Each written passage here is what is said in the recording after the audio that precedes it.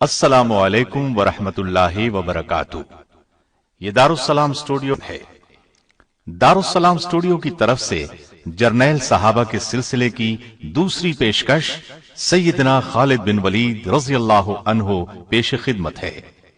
اس سلسلے کی پہلی کڑی تھی سیدنا ابو عبیدہ بن جراح رضی اللہ عنہ۔ دلچسپ ترین پیرائے میں ایک انوکھا تحفہ۔ یہ تحفہ اس لیے بھی افادیت کا حامل ہے کہ ہماری نوجوان نسل کو اپنے اسلامی سپہ سالاروں کے حالات سے بآسانی آگاہی ہو سکے گی۔ ایک عظیم جرنیل کی کہانی جس نے روم اور فارس کے ایوانوں میں لرزہ طاری کر دیا، جسے نبی اکرم صلی اللہ علیہ وسلم نے سیف اللہ کا خطاب دیا۔ تو آئیے سنتے ہیں سیدنا خالد بن ولید رضی اللہ عنہ۔ اللہ کی راہ میں جہاد کرو جیسا کہ جہاد کرنے کا حق ہے، اسی نے تمہیں برگزیدہ بنایا ہے اور تم پر دین کی کسی بات میں تنگی نہیں ڈالی، اور تمہارے لیے تمہارے باپ ابراہیم کا دین پسند کیا۔ اللہ نے پہلے یعنی پہلی کتابوں میں تمہارا نام مسلم رکھا تھا، اور اس کتاب میں بھی تمہارا یہی نام رکھا ہے۔ جو مسلمان گھروں میں بیٹھ رہتے اور لڑنے سے جی چراتے ہیں اور کوئی عذر نہیں رکھتے، وہ اور جو اللہ کی راہ میں اپنے مال اور جان سے لڑتے ہیں، وہ دونوں برابر نہیں ہو سکتے۔ اللہ نے مال اور جان سے جہاد کرنے والوں کو بیٹھ رہنے والوں پر درجے میں فضیلت بخشی ہے، اور گو نیک وعدہ سب سے ہے، لیکن اجر عظیم کے لحاظ سے اللہ نے جہاد کرنے والوں کو بیٹھ رہنے والوں پر فضیلت بخشی ہے۔ نبی اکرم صلی اللہ علیہ وسلم کا ارشاد ہے، کوئی شخص جنت میں داخل ہو جائے اور پھر اس سے کہا جائے کہ تو لوٹ کر دنیا میں چلا جا، ساری دنیا کی دولت اور حکومت تجھے دی جائے گی، تو وہ کبھی جنت سے نکل کر دوبارہ دنیا میں آنے پر راضی نہ ہوگا، سوائے شہید کے، جو یہ تمنا ظاہر کرے گا کہ مجھے دنیا میں بھیج دیا جائے تاکہ میں پھر جہاد کر کے شہید ہوں، اسی طرح 10 مرتبہ زندہ کر کے دنیا میں بھیجا جاؤں، پھر شہید ہو کر آؤں، کیونکہ اللہ کی راہ میں شہید ہونے والا بڑے اعزاز و اکرام کا مشاہدہ کرے گا۔ نبی صلی اللہ علیہ وسلم نے یہ بھی فرمایا، میری تمنا ہے میں اللہ تعالی کی راہ میں قتل کیا جاؤں اور پھر مجھے زندہ کیا جائے، پھر قتل کیا جاؤں، پھر زندہ کر دیا جائے، پھر قتل کیا جائے۔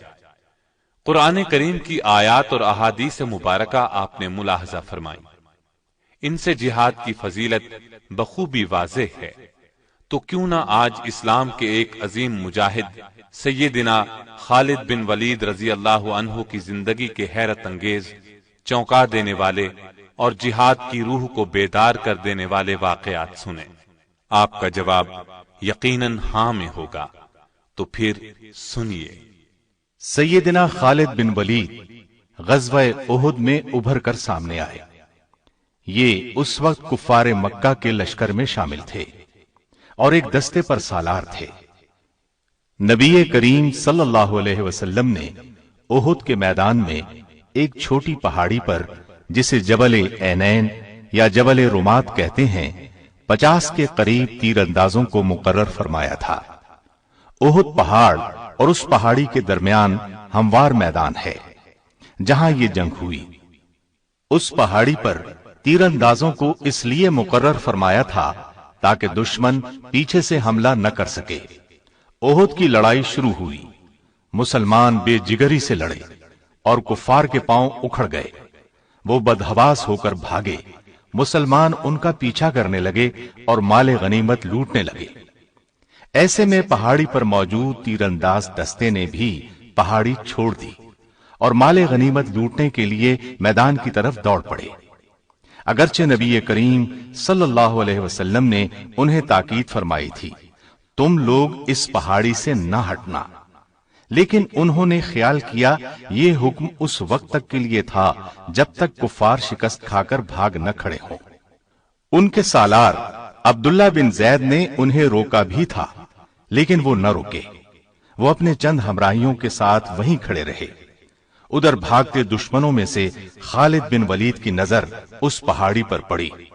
ان کی تیز نظر نے فوراً بھانپ لیا کہ اس طرف سے مسلمان غافل ہیں اور ان پر دوبارہ حملہ کیا جا سکتا ہے۔ پس وہ اپنے دستے کے ساتھ مسلمانوں پر ٹوٹ پڑے، اور اس طرح غزوہ احد میں دردناک صورتحال پیش آئی۔ یہ خالد بن ولید کی جنگی صلاحیت تھی جس نے مسلمانوں کے پاؤں اکھاڑ دیے۔ گویا اسلام لانے سے پہلے بھی یہ اپنی صلاحیتوں کا لوہا منوا چکے تھے۔ اسلام نے ان کی شخصیت میں جو جلا پیدا کی، اب اس کا حال سنیے۔ اپنے اسلام لانے کا واقعہ خود انہی کی زبانی سنیے۔ فرماتے ہیں، خالد بن ولید فرماتے ہیں، اسلام قبول کرنے سے پہلے میں قریب ہر مارکے میں رسول اللہ صلی اللہ علیہ وسلم کے مقابلے میں خم ٹھونک کر آیا، لیکن ہر مرتبہ آپ کا رعب اور دبدبہ میرے دل پر طاری ہوا، یہاں تک کہ اللہ تعالی نے میرے دل میں اسلام کی محبت پیدا کر دی۔ ایک مرتبہ رسول اللہ صلی اللہ علیہ وسلم اپنے صحابہ رضی اللہ عنہم کو میدان جنگ میں ظہر کی نماز پڑھا رہے تھے۔ میں نے دل میں سوچا یہ بہت اچھا موقع ہے، اس وقت حملہ کر دیا جائے تو مسلمانوں کو زبردست نقصان پہنچایا جا سکتا ہے، لیکن حوصلہ نہیں پڑ رہا تھا۔ مجھے یوں لگا جیسے کوئی غیبی طاقت مجھے روک رہی ہے۔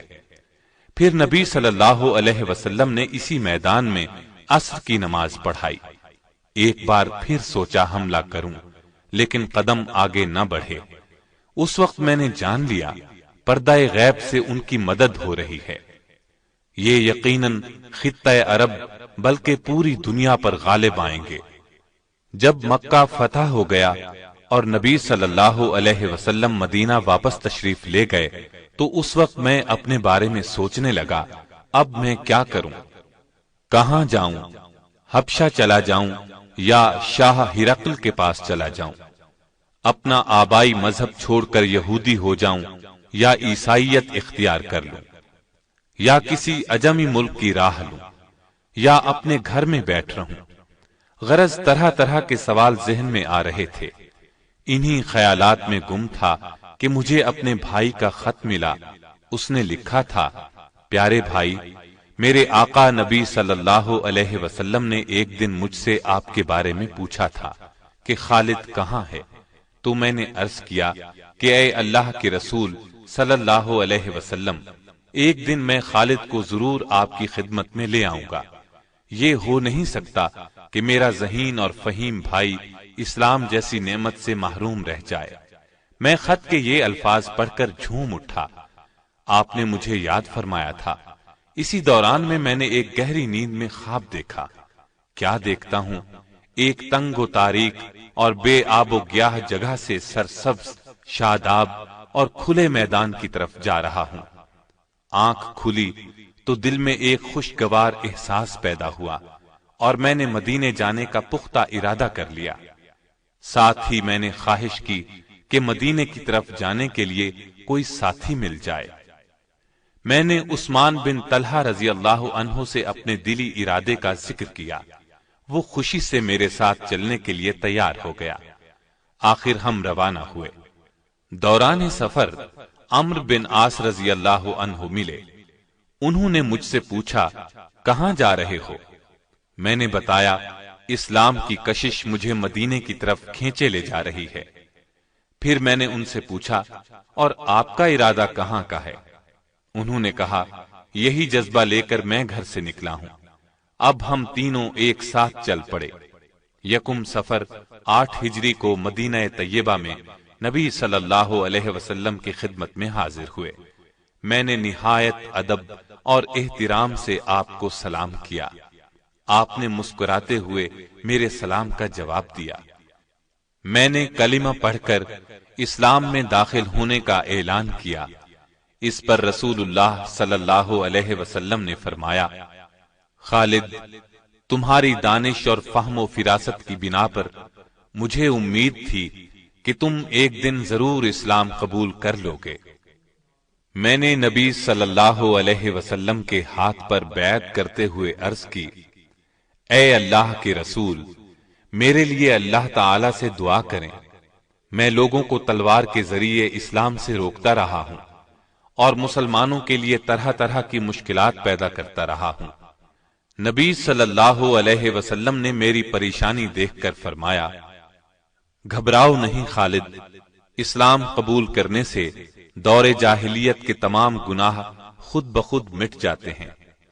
میں نے عرض کیا، اس کے باوجود میری درخواست ہے، آپ میرے حق میں ضرور دعا کریں۔ چنانچہ نبی صلی اللہ علیہ وسلم نے میرے لیے دعا فرمائی، الہی خالد بن ولید کو بخش دے، الہی خالد بن ولید پر رحم فرما، الہی اس کی جملہ خطائیں معاف فرما، بلا شبہ تو بخشنے والا مہربان ہے۔ خالد بن ولید فرماتے ہیں، میں نے اپنا خواب ابو بکر رضی اللہ عنہ کو سنایا تو انہوں نے تعبیر بیان کرتے ہوئے فرمایا، تنگ و تاریک جگہ سے مراد کفر و شرک کی زندگی ہے اور سرسبز شاداب میدان سے مراد اسلام ہے۔ اللہ تعالی آپ کو کفر کی تاریکیوں سے اسلام کے وسیع اور روشن میدان کی طرف لے آیا ہے۔ اسلام قبول کرنا آپ کو مبارک ہو۔ خالد بن ولید کسی خوف یا لالچ کی بنیاد پر اسلام میں داخل نہیں ہوئے تھے۔ نبی کریم صلی اللہ علیہ وسلم کی شخصیت نے انہیں متاثر کیا تھا۔ اسلام کی عظمت ان کے دل میں گھر کر گئی تھی۔ انہوں نے جب تک اسلام قبول نہیں کیا تھا اس وقت تک یہ مسلمانوں کے خطرناک دشمن تھے۔ غزوہ احد کی مثال ہمارے سامنے ہے، لیکن جب یہی جواں سال مرد میدان اسلام کے پرچم تلے آئے تو ہر موقع پر انہوں نے سچے دل اور خلوص نیت کے ساتھ اسلام کے لیے تن من اور دھن کی بازی لگائی۔ انہوں نے اپنی پوری زندگی حق کی خاطر لڑتے ہوئے گزاری۔ ان کی زندگی میں بعض بہت مشکل لمحات بھی آئے، لیکن ہر مرحلے پر انہوں نے خوف اور نا امیدی کو اپنے قریب نہیں آنے دیا۔ انہوں نے جنگی تاریخ میں ایسے کارنامے انجام دیے کہ دنیا دنگ رہ گئی۔ آپ کی جرت، شجاعت اور عظمت کا اعتراف دشمن نے بھی کیا ہے۔ جرمن فوج کے سپہ سالار سے جب پوچھا گیا آپ کی کامیابی کا راز کیا ہے تو اس نے فوراً کہا، میں میدان جنگ میں مسلم جرنیل خالد بن ولید کے طریقے اپناتا ہوں۔ اس میں کوئی شک نہیں کہ خالد بن ولید ایک مدبر سپہ سالار تھے۔ یہی وجہ تھی کہ قیصر و کسریٰ ان کے قدموں میں آ گرے۔ روم اور فارس کے جنگی وسائل ان کے راستے میں کوئی رکاوٹ نہ بن سکے۔ ابتدا سے لے کر آخر تک ہر معرکہ حق و باطل میں فتوحات نے ان کے قدم چومے اور شکست کسی بھی میدان میں ان کے نزدیک نہ پھٹک سکی۔ غزوہ موتا میں تو ان کے جوہر کھل کر سامنے آ گئے۔ ہوا یوں کہ نبی کریم صلی اللہ علیہ وسلم نے اپنے ایک جان نثار صحابی سیدنا حارث بن عمیر ازدی رضی اللہ عنہ کو خط دے کر وادی بسرا کے حکمران حارث بن ابی شمر غسانی کی طرف روانہ کیا۔ ابھی وہ شام کے صوبے بلقا کی موتا نامی بستی میں پہنچے تھے کہ صوبے کے گورنر شرابیل بن عمرو غسانی کو ان کی آمد کی اطلاع ہو گئی۔ اس نے انہیں گرفتار کر کے بے دردی سے شہید کر دیا۔ یہ غمناک خبر جب نبی کریم صلی اللہ علیہ وسلم تک پہنچی تو آپ بہت رنجیدہ ہوئے۔ اس کے علاوہ 15 صحابہ پر مشتمل ایک تبلیغی جماعت سرزمین شام میں مصروف تھی۔ ان تمام صحابہ کو دھوکہ دے کر بے دردی سے شہید کر دیا گیا۔ انہی ایام میں شاہ روم نے مدینہ منورہ پر چڑھائی کی دھمکی دی۔ ان تمام اسباب کی وجہ سے نبی اکرم صلی اللہ علیہ وسلم نے سیدنا زید بن حارثہ کی قیادت میں ایک لشکر روانہ کیا اور ساتھ ہی ارشاد فرمایا کہ اگر جنگ کے دوران زید شہید ہو جائیں تو جعفر بن ابی طالب کو سپہ سالار بنایا جائے۔ وہ شہید ہو جائیں تو عبداللہ بن رواحہ کو قائد بنایا جائے، وہ بھی شہید ہو جائیں تو مجاہدین اپنی مرضی سے قائد منتخب کر لیں۔ نبی کریم صلی اللہ علیہ وسلم نے لشکر کے لیے سفید رنگ کا پرچم بنایا اور سیدنا زید بن حارثہ کے حوالے کیا۔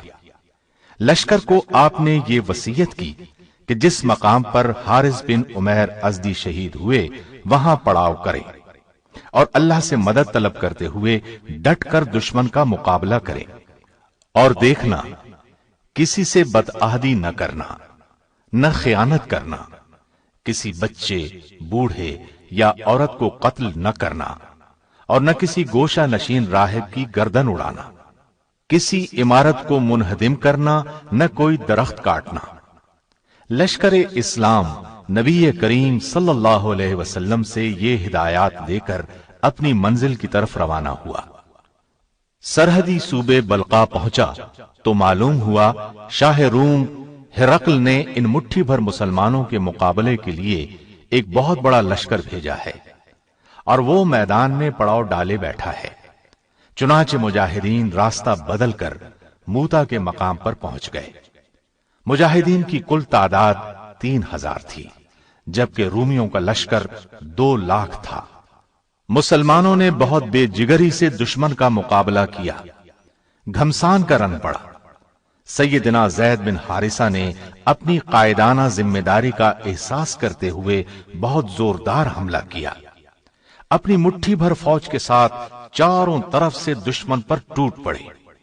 دشمن کی صفوں کو چیرتے ہوئے آگے ہی بڑھتے چلے گئے، یہاں تک کہ دیوانہ وار لڑتے ہوئے، بہادری کے جوہر دکھاتے ہوئے اور دشمن کو گاجر مولی کی طرح کاٹتے ہوئے بالآخر شہید ہو گئے۔ ان کے بعد سیدنا جعفر بن ابی طالب نے اسلام کا جھنڈا ہاتھ میں لے لیا، گھوڑے کو ایڑ لگائی اور آنن فانن دشمن کے لشکر کے درمیان میں پہنچ گئے، ان پر ٹوٹ پڑے اور تلوار کے جوہر دکھانے لگے۔ دشمنوں کو قتل کرتے رہے اور آگے بڑھتے رہے۔ ایک دشمن کے وار سے دایاں بازو کٹ گیا تو جھنڈا بائیں بازو میں پکڑ لیا، دشمن نے بایاں بازو بھی کاٹ دیا۔ آپ نے جھنڈے کو اپنے بچے کھچے بازوؤں کے سہارے سنبھالے رکھا، گرنے نہیں دیا۔ اس نے تاک کر تیسرا وار کمر پر کیا، آپ لڑکھڑائے اور زمین پر گر گئے۔ اس طرح آپ بھی شہادت کے رتبے پر فائز ہوئے۔ ان کے بعد نبی کریم صلی اللہ علیہ وسلم کے ارشاد کے مطابق سیدنا عبداللہ بن رواحہ نے جھنڈا سنبھالا۔ یہ بھی بہادری اور جواں مردی کے جوہر دکھاتے ہوئے شہید ہو گئے۔ مسلسل 3 جرنیلوں کی شہادت کے بعد مسلمانوں کے حوصلے پست ہوتے محسوس ہوئے۔ لشکر اسلام کا جھنڈا گر چکا تھا، ہر طرف پریشانی کا عالم طاری تھا۔ مجاہدین یوں بھی تعداد میں بہت کم تھے۔ ایسے نازک وقت میں سیدنا ثابت بن ارقم نے جھنڈا اٹھا لیا اور بلند آواز میں بولے، اے بھائی خالد بن ولید، مہربانی کر کے اس جھنڈے کو آپ اپنے ہاتھ میں لے لیجئے۔ اس مشکل ترین وقت میں آپ ہی قیادت کا فریضہ سر انجام دے سکتے ہیں۔ اس پر سیدنا خالد بن ولید نے فرمایا، آپ جھنڈا اپنے پاس رکھیے، آپ مجھ سے افضل ہیں، آپ نے غزوہ بدر میں بھی حصہ لیا ہے، لہذا لشکر اسلام کی قیادت آپ کا حق ہے۔ ان کی بات سن کر ثابت بن ارقم نے کہا، میدان کارزار میں اپنی جواں مردی کے جوہر دکھانے میں آپ سے بہتر اس لشکر میں کوئی نہیں۔ اللہ کی قسم، یہ جھنڈا میں نے آپ کے ہاتھ میں دینے کے لیے ہی اٹھایا ہے۔ مجھ سمیت سبھی کی خواہش ہے کہ ان سنگین حالات میں یہ ذمہ داری آپ سنبھالیں۔ یہ کہہ کر انہوں نے بلند آواز میں کہا، مجاہدو، کیا تم خالد بن ولید کو اپنا سپہ سالار تسلیم کرتے ہو؟ سب نے یک زبان ہو کر کہا، ہاں، ہم خوشی سے ان کی سپہ سالاری میں لڑنے کے لیے تیار ہیں۔ یہ صورتحال دیکھتے ہوئے سیدنا خالد بن ولید نے اللہ کا نام لے کر جھنڈا اپنے ہاتھ میں لے لیا۔ دشمن کے مقابلے میں مجاہدین کی تعداد آٹے میں نمک کے برابر تھی۔ مجاہدین کی کمان ہاتھ میں لیتے ہی سیدنا خالد بن ولید نے یہ حکمت عملی اختیار کی کہ چند گھڑ سواروں کے ذمے یہ کام لگایا کہ لشکر سے پیچھے ہٹ کر صرف گھوڑے دوڑاتے رہیں۔ انہوں نے جب یہ کام شروع کیا تو وہاں گرد و غبار اٹھنے لگا۔ رومی لشکر یہ صورت دیکھ کر خوفزدہ ہو گیا۔ اس نے خیال کیا کہ مسلمانوں کو کمک پہنچ گئی ہے، اس لیے ان کے حوصلے پست ہونے لگے۔ خالد بن ولید نے اپنی فوج کو پیچھے سرکانا شروع کیا اور بڑی احتیاط اور حفاظت سے اپنے لشکر کو دشمن کے نرغے سے نکال لائے، ورنہ اسلامی فوج پوری طرح رومی فوج کے نرغے میں آ چکی تھی۔ پھر انہوں نے دوسرے دن لڑائی شروع ہوتے ہی زوردار حملہ شروع کیا۔ رومیوں کے پرخچے اڑانے لگے۔ ان کے ہاتھ سے اس روز 9 تلواریں ٹوٹی۔ مسلمانوں کے لشکر کو ان کے نرغے سے نکال کر لے آنا سیدنا خالد بن ولید کا ایک بہت بڑا کارنامہ تھا، کیونکہ رومی فوج 60 گنا تھی اور مسلمان فوج کا نقصان بھی کم سے کم ہوا۔ مدینہ پہنچنے پر ان کا زبردست استقبال ہوا اور نبی کریم صلی اللہ علیہ وسلم نے انہیں سیف اللہ یعنی اللہ کی تلوار کا لقب دیا۔ آپ کے ذہن میں یقیناً سوال ابھر رہا ہوگا کہ اسلام لاتے ہی جنہوں نے یہ کارہائے نمایاں انجام دے ڈالے، وہ اسلام لانے سے پہلے کیسے تھے، کیا کرتے رہے؟ تو آئیے ہم ایک نظر ان کی اسلام سے پہلے کی زندگی پر بھی ڈال دیں۔ عرب کے تپتے ریگستان میں آپ نے پرورش پائی، بچپن ہی سے فنون سپاہ گری کی طرف متوجہ ہو گئے۔ ان کی جنگ جویانہ صلاحیتوں کو دیکھتے ہوئے قوم کی حفاظت ان کے سپرد کی گئی۔ گھڑ سواری کی تربیت بھی لی تھی۔ بلند مرتبت خاندان سے تعلق تھا۔ جوانی ہی میں طاقتور اور بہادر سپاہی شمار ہونے لگے، یہاں تک کہ پورے عرب میں مشہور ہو گئے۔ ایسے میں انہیں معلوم ہوا کہ قریش کے ایک نوجوان نے دعویٰ کیا ہے کہ اس پر اللہ کی طرف سے وحی آتی ہے۔ پھر انہوں نے رسول اللہ صلی اللہ علیہ وسلم کو لوگوں کو یہ دعوت دیتے ہوئے سنا، لوگو ایک اللہ کی عبادت کرو، پتھر کے بتوں کی پوجا چھوڑ دو۔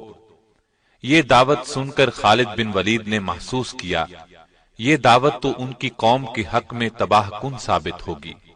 ان کی پوری قوم کی رائے یہی تھی، لہذا وہ کچھ اور سوچتے بھی کیسے۔ انہوں نے خیال کیا نیا دین تو ان کی سرداری کو ختم کر دے گا، لہذا وہ بھی قوم کے ساتھ اسلام کے خلاف ڈٹ گئے، دین کی اشاعت کو روکنے پر تل گئے۔ انہوں نے مسلمانوں کے خلاف کئی جنگوں میں حصہ لیا، انہیں بہت نقصان پہنچایا۔ اس کے باوجود انہیں یہ محسوس ہوتا رہتا تھا کہ قریش چاہے کچھ بھی کر لیں، اسلام کی دعوت کو روک نہیں سکیں گے۔ انہوں نے قریش کے ساتھ مل کر نبی صلی اللہ علیہ وسلم اور آپ کے صحابہ کو ستانے کا کوئی موقع ہاتھ سے نہ جانے دیا، مسلمانوں کا مکے میں رہنا ناممکن بنا دیا۔ آخر مسلمان مدینے ہجرت کر گئے۔ دین کے تحفظ کے لیے انہوں نے جوابی جنگ کی ٹھانی، چنانچہ غزوہ بدر کا معرکہ ہوا۔ قریش کے بہت سے سردار مسلمانوں کے ہاتھوں مارے گئے یا قیدی بنا لیے گئے۔ قریش کی اس ذلت آمیز شکست نے خالد بن ولید کو آگ بگولا کر دیا۔ وہ سوچ بھی نہیں سکتے تھے کہ مسلمان اتنی جلدی اس قدر مضبوط بھی ہو سکتے ہیں۔ اب اس وقت انہیں کیا معلوم تھا کہ مسلمانوں کے لیے اللہ تعالی نے آسمان سے مدد نازل فرمائی تھی۔ وہ مسلمانوں کے خلاف کوششوں میں سرگرم ہو گئے۔ بدر کی شکست کے بعد قریش نے فیصلہ کیا کہ مسلمانوں کے خلاف ایک اور جنگ لڑی جائے۔ اسلام کو مٹانے کے لیے 3000 کی فوج تیار کی۔ ساز و سامان سے اس فوج کو لیس کیا گیا اور ارد گرد کے قبائل سے مسلمانوں کے خلاف دشمنی کا معاہدہ کیا۔ اس کے بعد مدینے کی طرف روانہ ہوئے۔ احد کے مقام پر مسلمانوں سے سامنا ہوا، جن کی کل تعداد 700 تھی۔ اس لڑائی کا حال ہم بیان کر ہی چکے ہیں۔ اس میں ان کے جوہر کھل کر سامنے آئے تھے، لیکن قریش نے اس موقع سے فائدہ نہ اٹھایا۔ اس طرح مسلمان پھر پاؤں جمانے کے قابل ہو گئے۔ یہ دیکھ کر خالد بن ولید نے تہیہ کر لیا تھا کہ عرب کے دوسرے قبیلوں کا تعاون حاصل کر کے مسلمانوں کی دعوت کا یکسر خاتمہ کر دیا جائے۔ چنانچہ انہوں نے عرب قبائل کے 10,000 افراد کا ایک بڑا لشکر جمع کیا۔ اسی لیے اس جنگ کو جنگ احزاب کہا جاتا ہے۔ احزاب عربی میں حزب کی جمع ہے، جس کے معنی گروہ کے ہیں، یعنی اس موقع پر سارے اسلام دشمن گروہ اور قبیلے جمع ہو گئے تھے۔ عرب قبیلوں اور اسلام دشمن طاقتوں پر مشتمل اس لشکر نے مدینے کی طرف پیش قدمی کی۔ خالد اور قریش کے دوسرے لوگوں نے طے کیا تھا کہ وہ مدینے کو لوٹ لیں گے اور مسلمانوں کو غلام بنا کر مکے واپس لے جائیں گے۔ خالد بن ولید کو اس بات کا علم نہیں تھا کہ جنگ احد میں مسلمانوں کی شکست کا سبب کیا تھا۔ 50 سواروں میں سے بعض نے رسول اللہ صلی اللہ علیہ وسلم کی ہدایت پر عمل نہیں کیا تھا، اسی کا نتیجہ شکست کی صورت میں نکلا تھا۔ یہ لشکر مدینے کے مضافات میں پہنچا تو خالد بن ولید اور ان کے ساتھی یہ دیکھ کر حیرت زدہ رہ گئے کہ مسلمانوں نے شہر کو بچانے کے لیے اس کے ارد گرد ایک چوڑی خندق کھود لی ہے۔ خالد ایک تجربہ کار جنگجو ضرور تھے، لیکن یہ عسکری تدبیر ان کے لیے بالکل نئی چیز تھی۔ ان لوگوں نے بار بار خندق پار کرنے کی کوشش کی، لیکن ہر بار ناکام ہوئے۔ مسلمان پوری طرح چوکس تھے۔ جس طرف سے بھی خندق پار کرنے کی کوشش کی گئی، مسلمان آڑے آئے اور ایسے ہر دشمن کا صفایا کرتے رہے جو خندق پار کرنے کی کوشش کرتا تھا۔ محاصرے کو جب 1 ماہ گزر گیا اور کچھ بن نہ پڑا تو خالد بن ولید مایوس ہو گئے۔ انہیں یقین تھا کہ مسلمان ہتھیار نہیں ڈالیں گے۔ پھر اللہ کے حکم سے تیز آندھی چلی، اس نے کفار کو تتر بتر کر دیا، خیمے اڑا کر رکھ دیے۔ لشکر میں ہولناک افراتفری مچ گئی۔ خالد بن ولید نے انہیں روکنے کی کوشش کی، ان کا حوصلہ بڑھانے کی کوشش کرتے رہے، لیکن وہ لوگ اچھی طرح محسوس کر چکے تھے کہ مسلمان ہتھیار نہیں ڈالیں گے۔ آخر قریش بھاگ کھڑے ہوئے۔ دشمنوں سے نجات پانے کے بعد رسول اللہ صلی اللہ علیہ وسلم اور صحابہ کرام نے عمرے کا ارادہ فرمایا۔ وہ معمولی ہتھیاروں کے ساتھ اس امید پر مکے کی طرف روانہ ہوئے کہ قریش انہیں عمرے سے نہیں روکیں گے، لیکن جب یہ لوگ مکے کے نزدیک پہنچے تو وہ آڑے آئے۔ انہوں نے خیال کیا مسلمانوں کی آمد ان کے لیے خطرہ ہے۔ ایسے میں خالد بن ولید کچھ سواروں کے ساتھ آگے بڑھے اور حدیبیہ کے مقام پر مسلمانوں کا راستہ روک لیا۔ انہوں نے مسلمانوں کو للکارا، لیکن وہ تو گھر سے لڑنے کے لیے نہیں آئے تھے، لہذا خاموش رہے۔ آخر رسول اللہ صلی اللہ علیہ وسلم نے قریش کے ساتھ ایک صلح نامہ طے کیا۔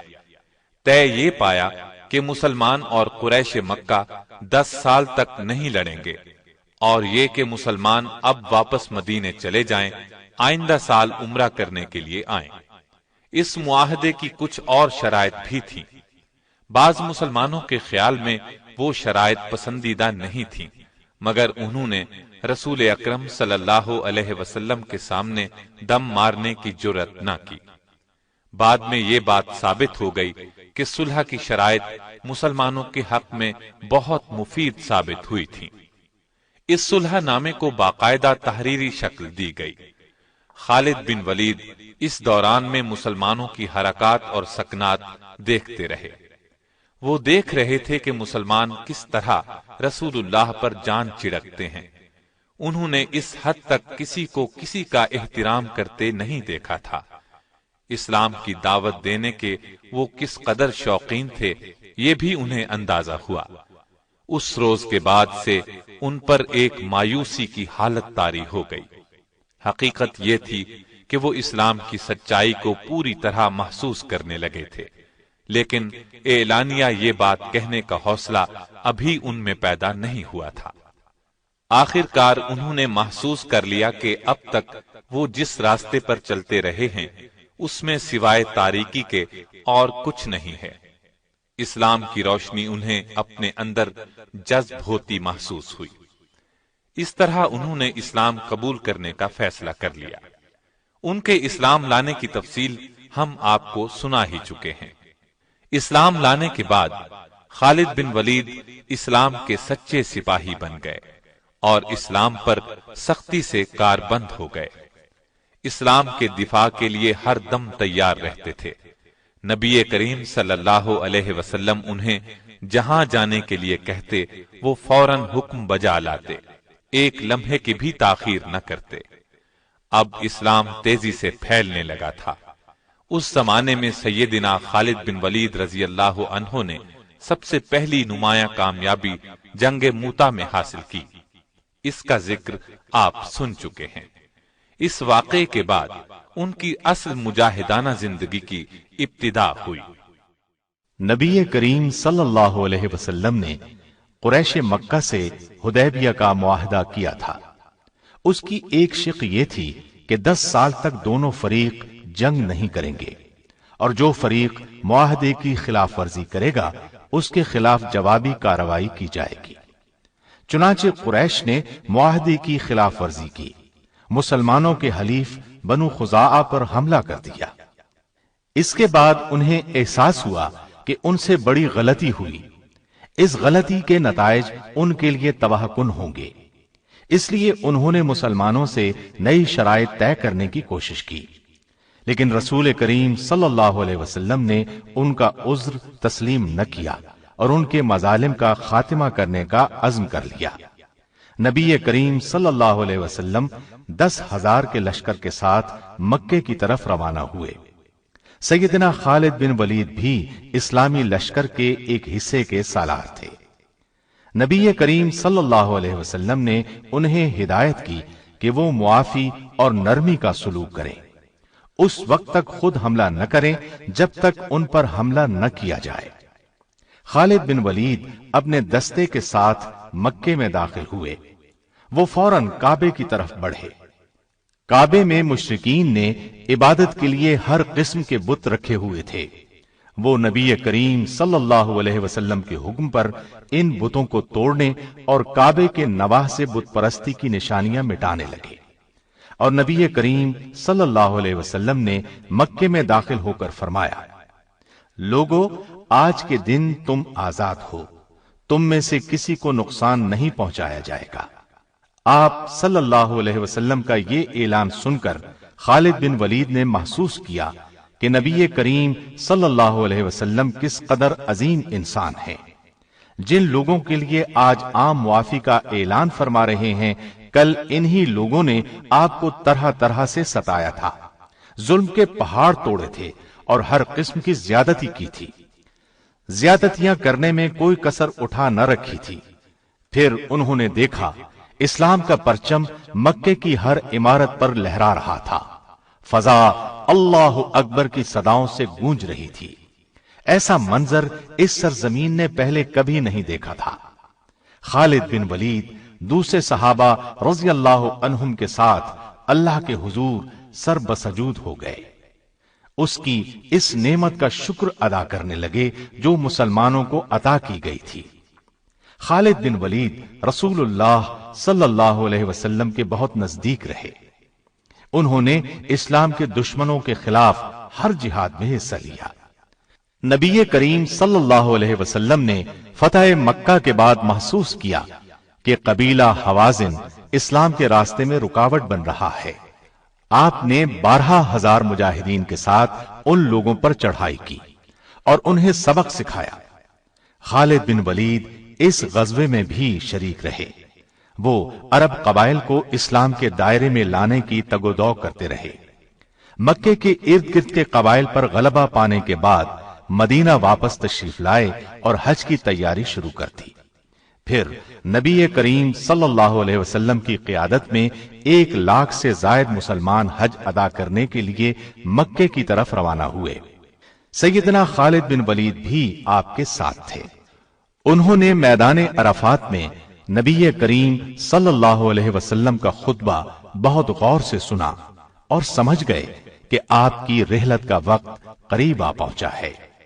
حج کے سفر سے واپسی پر نبی کریم صلی اللہ علیہ وسلم علیل ہو گئے۔ تمام صحابہ رضی اللہ عنہم بہت اداس تھے۔ انہیں اس بات کی گھبراہٹ تھی کہ کہیں رسول اکرم صلی اللہ علیہ وسلم رحلت نہ فرما جائیں، جبکہ نبی کریم صلی اللہ علیہ وسلم کی رہنمائی اور قیادت کی ابھی بہت ضرورت تھی۔ آخر کئی روز کی علالت کے بعد نبی کریم صلی اللہ علیہ وسلم دنیا سے رخصت ہو گئے۔ انا للہ و انا الیہ راجعون۔ صحابہ پر غم کا پہاڑ ٹوٹ پڑا۔ خالد بن ولید بھی دوسروں کی طرح بہت غمزدہ تھے۔ آخر کار سب نے یہ حقیقت تسلیم کر لی کہ ہر انسان کو ایک دن یہ عارضی زندگی چھوڑ کر دوسرے جہاں جانا ہے۔ نبی کریم صلی اللہ علیہ وسلم کے بعد سیدنا ابو بکر صدیق رضی اللہ عنہ کو خلیفہ منتخب کر لیا گیا۔ دوسری طرف عرب کے بعض قبائل مرتد ہو گئے۔ چند افراد نے جھوٹی نبوت کا دعویٰ کر دیا۔ انہوں نے مدینے کی مرکزی حکومت کے خلاف ایک فتنہ کھڑا کر دیا۔ خلیفہ اول سیدنا ابو بکر نے مرتدوں کو سبق سکھانے کا فیصلہ فرمایا۔ ان سے مقابلے کے لیے ایک فوج تیار کی۔ طلیحہ بن خویلد وہ ناہنجار شخص تھا جس نے نبی کریم صلی اللہ علیہ وسلم کے بیمار ہونے کی خبر سنتے ہی نبوت کا دعویٰ کر دیا تھا۔ سیدنا ابو بکر صدیق نے خالد بن ولید کو پہلے اس کی طرف روانہ کیا۔ آپ منزل پر پہنچے اور طلیحہ اور اس کے پیروکاروں کو شکست فاش دی۔ خالد بن ولید اس کے بعد مدینہ طیبہ پہنچے۔ صدیق اکبر نے مہاجرین اور انصار کے ایک لشکر کو ان کی قیادت میں دیا اور مسیلمہ کذاب کے مقابلے میں روانہ کیا۔ یہ بھی جھوٹی نبوت کا دعوے دار تھا اور اس نے اپنے گرد بے شمار مرتد جمع کر لیے تھے، گویا ایک لشکر اس کے ساتھ تھا۔ سیدنا خالد بن ولید سے پہلے اکرمہ بن ابی جہل اور شرابیل بن حسنہ کی فوج مسیلمہ سے شکست کھا چکی تھی۔ مسیلمہ کو خالد بن ولید کی آمد کا پتہ چلا تو وہ ان کے مقابلے میں 40,000 کا لشکر لے کر میدان میں آیا۔ دونوں فوجیں آپس میں ٹکرائیں، گھمسان کا رن پڑا، زبردست جنگ ہوئی، لیکن مسیلمہ کے لشکر میں کسی کمزوری کے آثار نظر نہ آئے۔ آخر سیدنا خالد بن ولید نے ایک جنگی حکمت عملی اختیار کی۔ پورے لشکر کو قبائل کی بنیاد پر تقسیم کیا، ہر قبیلے کا ایک کمانڈر نامزد کیا اور سب سے فرمایا جان توڑ کر لڑنا۔ اب میں دیکھوں گا کہ کون سا قبیلہ جنگ میں پسپائی اختیار کر رہا ہے اور کون سا پیش قدمی کر رہا ہے۔ اس طرح ہر قبیلے نے بے جگری سے مقابلہ کیا۔ اس طرح مسیلمہ کی فوج کے پاؤں اکھڑ گئے۔ وہ پسپا ہوتے ہوتے ایک باغ میں داخل ہو گیا۔ باغ کے گرد مضبوط چار دیواری تھی۔ اندر داخل ہوتے ہی مرتدوں نے باغ کا دروازہ بند کر لیا۔ دروازہ انتہائی مضبوط تھا، اس کو توڑنا آسان نہیں تھا۔ دوسری طرف دیوار بہت اونچی تھی، اس کو پھلانگ جانا بھی ممکن نہیں تھا۔ مسلمانوں نے باغ کو چاروں طرف سے گھیر لیا اور دروازہ توڑنے کی کوشش کی، لیکن دروازہ نہ ٹوٹا۔ یہ صورتحال دیکھ کر ایک صحابی سیدنا برا بن عازب نے جذبہ جہاد سے سرشار ہو کر اپنے ساتھیوں سے کہا، مجھے اٹھا کر دیوار کے اوپر سے باغ میں پھینک دو۔ مسلمانوں نے ایسا ہی کیا، ان کو ہاتھوں اور پیروں سے پکڑ کر جھولا دیا اور اچھال دیا۔ یہ دیوار کے اوپر سے ہوتے ہوئے عین دروازے کے دوسری طرف باغ کے اندر گرے۔ یہ نڈر، پھرتیلا، بہادر، جفاکش اور جانباز صحابی فضا میں لہراتا باغ میں گرا تو مسیلمہ کی فوج میں بھگدڑ مچ گئی۔ انہوں نے خیال کیا کہ نہ جانے آسمان سے کیا بلا نازل ہوئی ہے، لیکن سیدنا برا بن عازب نے فوراً دروازہ کھول دیا۔ دروازے کا کھلنا تھا کہ لشکر اسلام نعرہ تکبیر لگاتا ہوا دشمن پر ٹوٹ پڑا۔ ایک بار پھر گھمسان کی لڑائی شروع ہو گئی۔ مسیلمہ کذاب وحشی بن حرب کے ہاتھوں مارا گیا۔ یہ وہی وحشی بن حرب ہیں جن کے ہاتھوں غزوہ احد میں سیدنا حمزہ رضی اللہ عنہ نبی کریم صلی اللہ علیہ وسلم کے پیارے چچا نے جام شہادت نوش فرمایا تھا۔ اس کے بعد یہ وحشی بن حرب مسلمان ہو گئے تھے، اور آج ان کے ہاتھوں اسلام کا یہ بدترین دشمن اپنے انجام کو پہنچا۔ اس کے علاوہ اس کی فوج کے قریباً 1000 افراد بھی مارے گئے۔ باغ کے اندر ہر طرف لاشیں دکھائی دے رہی تھیں۔ اس کے بعد اس باغ کا نام حدیقۃ الموت یعنی موت کا باغیچہ مشہور ہو گیا۔ اس جنگ کو جنگ یمامہ کہا جاتا ہے۔ سرزمین عراق پر سیدنا خالد بن ولید کی قیادت میں پہلی جنگ ذات السلاسل لڑی گئی۔ اسے جنگ حزیر بھی کہا جاتا ہے۔ حزیر خلیج فارس کے قریب واقع ہے۔ مدینے سے بصرہ جاتے ہوئے پہلے حزیر آتا ہے۔ یہاں کا حاکم ہرمز تھا۔ یہ ایران کی حکومت کے ماتحت تھا۔ اس کی ٹوپی میں ہیرے جڑے ہوئے تھے۔ سیدنا خالد بن ولید 10,000 مجاہدین کے ساتھ عراق کی جانب روانہ ہوئے۔ عراق کی سرحد پر پہنچے تو سیدنا مسنہ بن حارثہ 8,000 مجاہدین کے ساتھ ان سے آ ملے۔ اب خالد بن ولید نے لشکر کو 3 حصوں میں تقسیم کیا۔ ایک حصے کا سالار مسنہ بن حارثہ کو، دوسرے کا عدی بن حاتم کو مقرر کیا، تیسرے حصے کی قیادت خود اپنے ہاتھ میں لی۔ ادھر ہرمز نے اپنی فوج کی صف بندی اس طرح کی کہ دائیں اور بائیں حصے پر شاہی خاندانوں کے جفاکش شہزادے بطور سالار مقرر کیے۔ میدان جنگ میں جمے رہنے کے لیے تمام فوجی جوانوں نے اپنے آپ کو زنجیروں میں باندھ لیا۔ عربی میں زنجیروں کو سلاسل کہتے ہیں۔ اسی مناسبت سے اس جنگ کا نام جنگ ذات السلاسل مشہور ہوا۔ جنگ شروع کرنے سے پہلے سیدنا خالد بن ولید نے ایرانیوں کو اسلام کی دعوت دی۔ ان کے انکار پر آخر جنگ کا آغاز ہوا۔ ہرمز کی فوج نے اس میدان میں پہلے پہنچ کر دریا پر قبضہ کر لیا تھا۔ سیدنا خالد بن ولید نے یہ دیکھ کر اپنی فوج کو صحرا کی طرف پیش قدمی کا حکم دیا۔ وہاں سورج آگ اگل رہا تھا۔ آخر کار وہ کاظمہ نامی مقام پر پہنچ گئے۔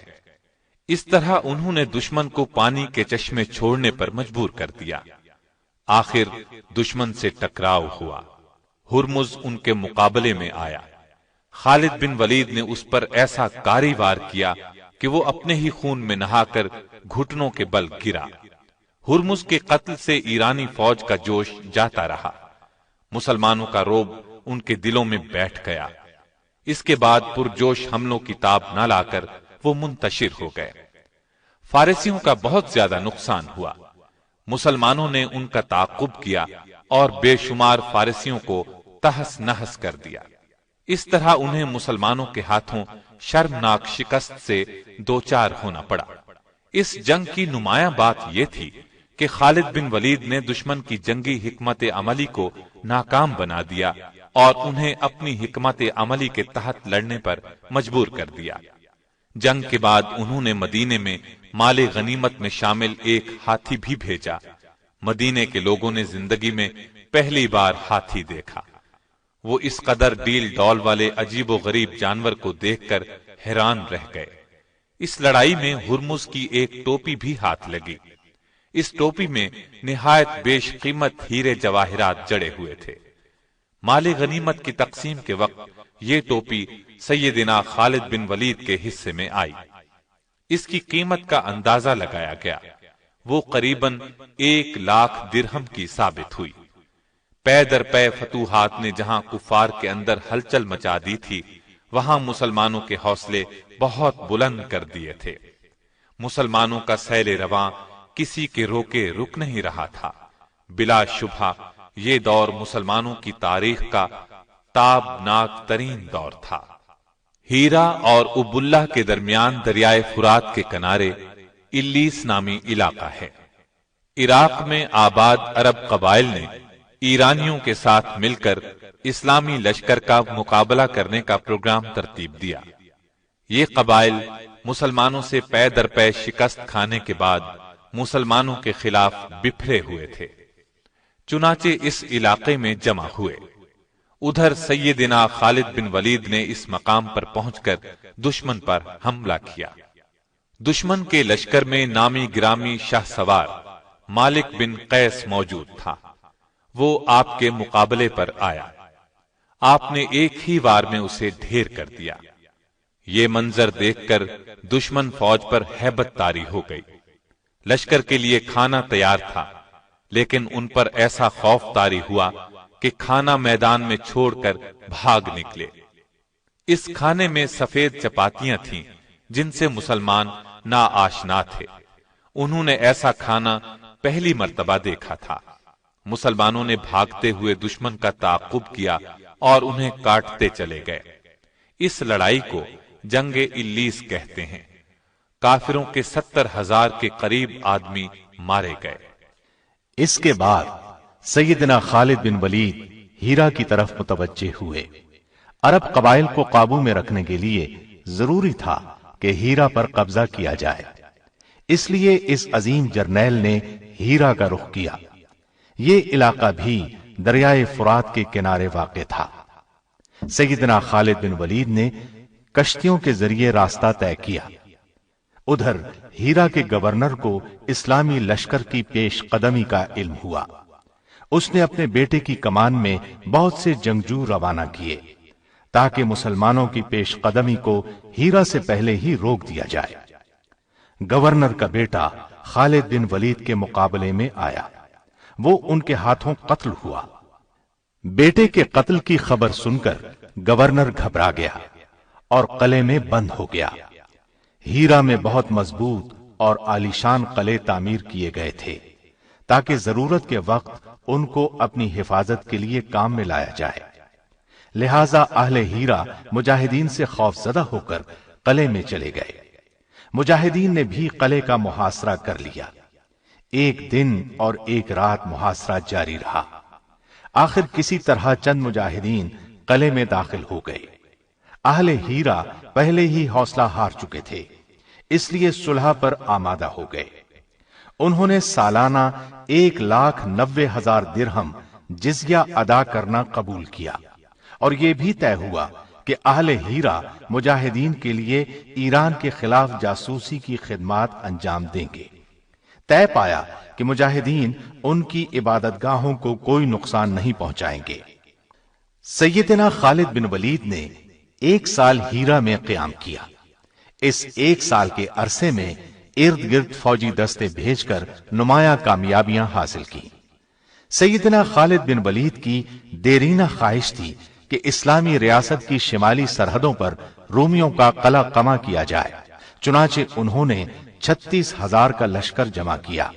دلیر اور تجربہ کار سالاروں کو اس کی قیادت سونپی۔ لشکر کو کئی دستوں میں تقسیم کیا۔ انہیں حکم دیا کہ الگ الگ دستوں کی صورت میں آگے بڑھیں اور یرموک کے مقام پر جا ملیں۔ اسلامی لشکر جب طے شدہ پروگرام کے مطابق یرموک کے مقام پر جمع ہوا تو پتہ چلا کہ ان کے مقابلے میں 2 لاکھ کا لشکر سفارا ہو چکا ہے۔ اسلامی لشکر کے سالاروں نے آپس میں مشورہ کیا اور اس نتیجے پر پہنچے کہ دانش مندی کا تقاضا یہ ہے کہ خلیفہ کو اس صورتحال کی اطلاع دی جائے۔ مدینے میں سیدنا ابو بکر صدیق کو صورتحال کا علم ہوا تو انہوں نے خالد بن ولید کی طرف قاصد روانہ کیا۔ وہ اس وقت عراق کے محاذ پر تھے۔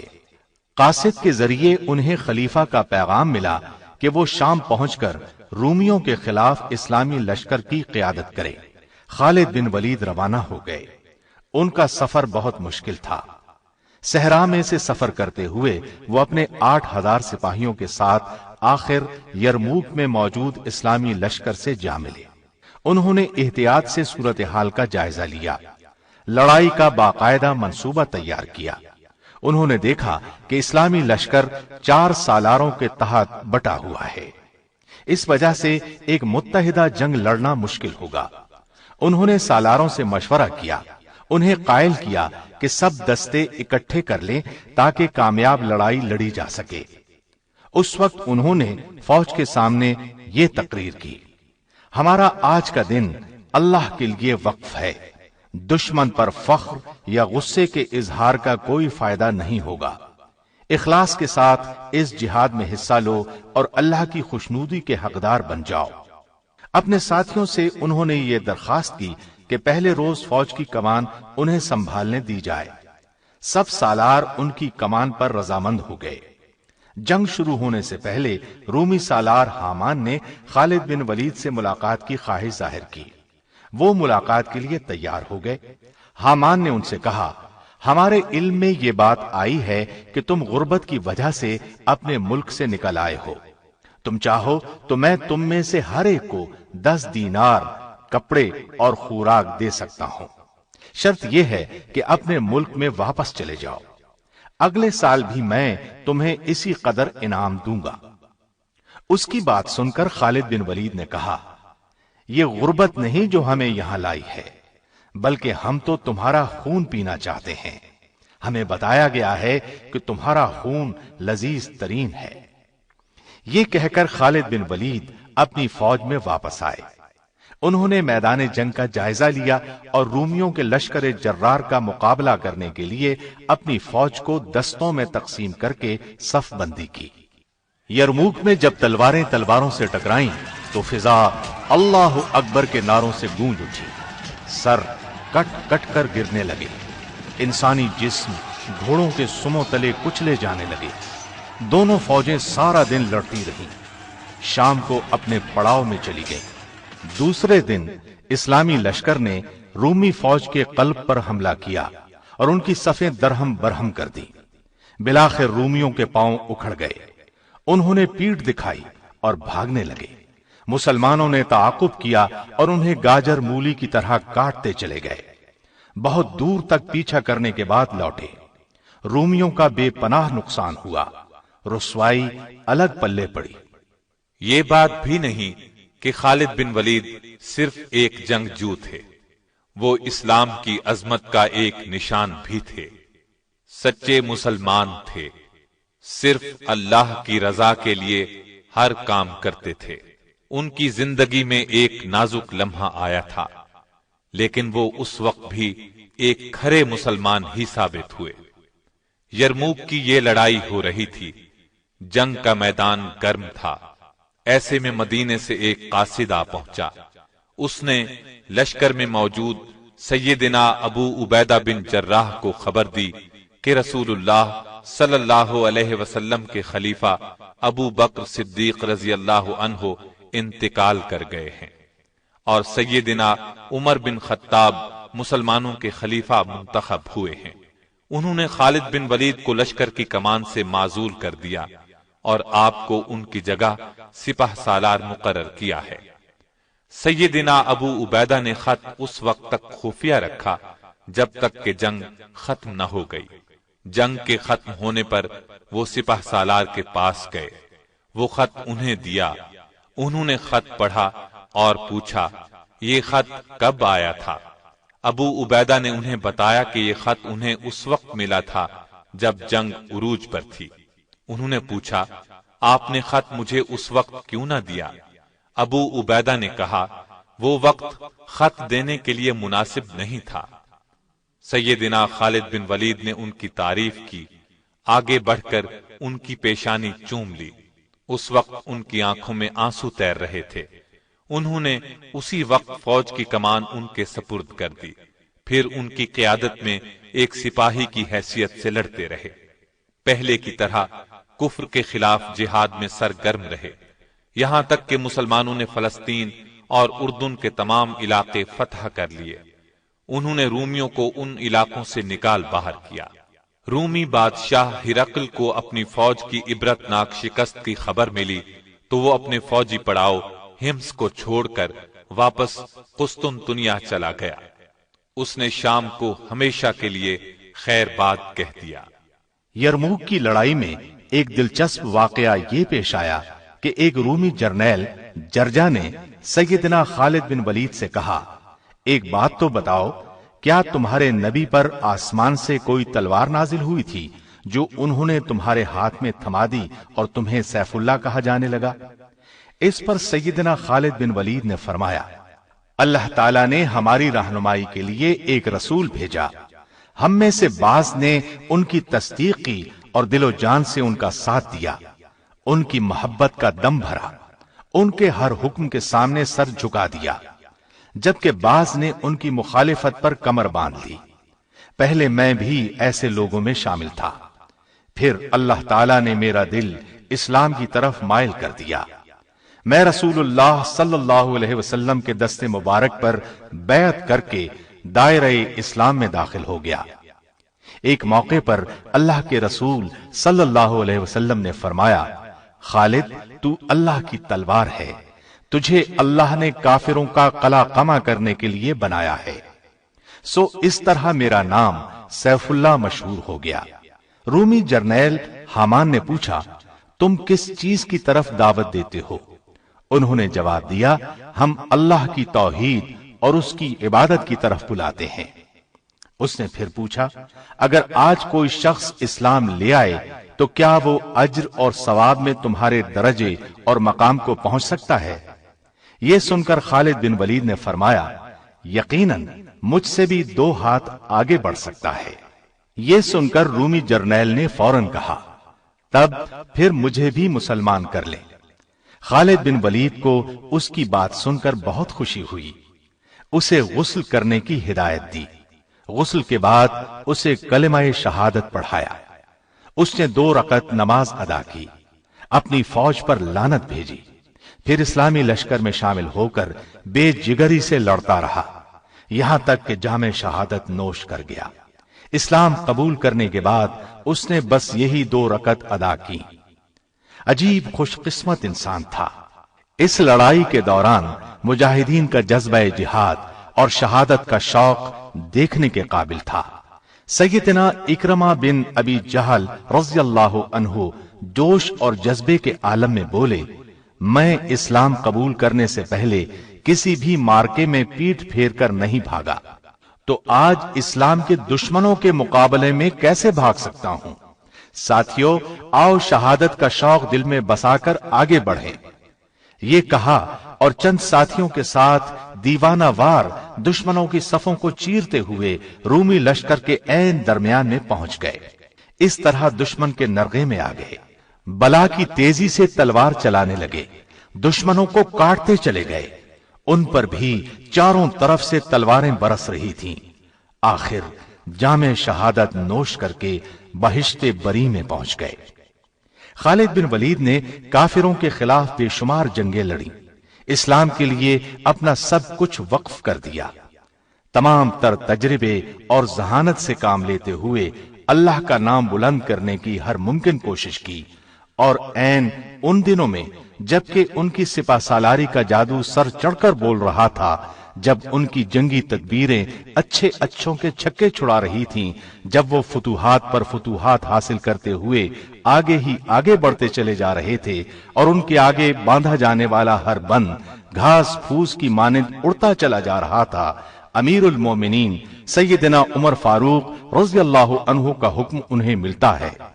خط کے الفاظ تھے، آپ کو اسلامی لشکر کی سپہ سالاری سے معزول کیا جاتا ہے۔ یہ خبر چھوٹی سی خبر نہیں تھی، یہ خط کوئی معمولی خط نہیں تھا، ایک ایسے زبردست عظیم سپہ سالار کی معزولی کا حکم تھا جسے نبی کریم صلی اللہ علیہ وسلم نے اپنی زبان مبارک سے سیف اللہ کا خطاب دیا تھا۔ اس خط میں ان کی معزولی کا حکم تھا۔ اس اللہ کے بندے نے اس حکم کو انتہائی صبر، سکون اور رضامندی سے قبول کیا۔ شکایت کا ایک لفظ بھی اس کی زبان سے نہ نکلا۔ معلوم ہوا کہ وہ تو صرف اللہ کی رضا کے لیے لڑ رہے تھے، سپہ سالاری کے لیے نہیں، نام و نمود کے لیے نہیں۔ سپہ سالاری سے معزول ہونے کے بعد انہوں نے یہ نہیں کیا کہ سب کچھ چھوڑ کر اپنے گھر آ گئے۔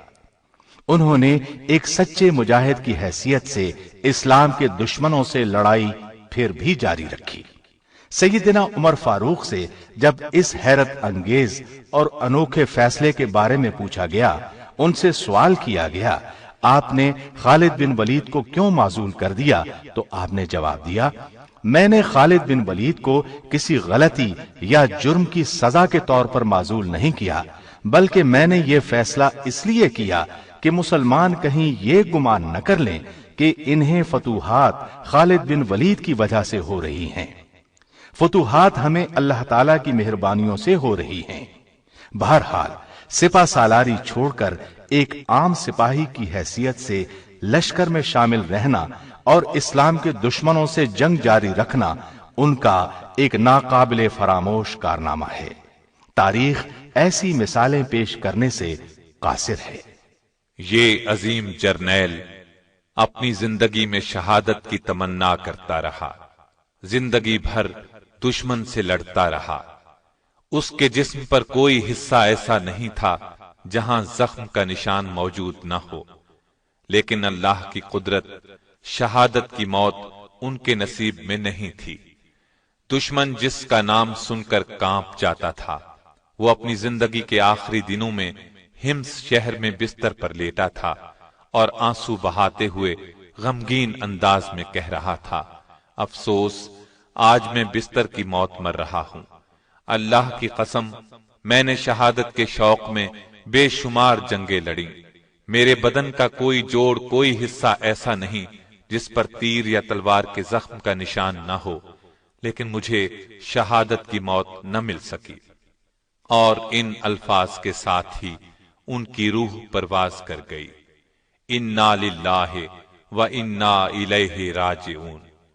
ان کے انتقال کی خبر جب امیر المؤمنین سیدنا عمر فاروق کو ملی تو آپ بہت رنجیدہ ہوئے، اور جب آپ کو پتہ چلا کہ انہوں نے ایک گھوڑا اور جنگ میں استعمال ہونے والے ہتھیاروں کے سوا پیچھے کچھ نہیں چھوڑا تو آنکھوں میں بے اختیار آنسو آ گئے اور فرمایا، خالد واقعی عظیم انسان تھا۔ ان کا جنازہ اٹھایا گیا تو والدہ نے غم میں ڈوبے ہوئے لہجے میں کہا، میرے بچے، تو بلا شبہ ہزاروں میں ایک تھا، شیر سے بڑھ کر دلیر تھا اور دریا سے بڑھ کر سخی تھا۔ تو نے امت مسلمہ کا دفاع اسی طرح کیا جس طرح شیر اپنے بچوں کی حفاظت کرتا ہے۔ اللہ کا سایہ تم پر سدا رہے۔ میری دلی دعا ہے کہ آخرت میں تجھے راحت، آرام اور چین نصیب ہو۔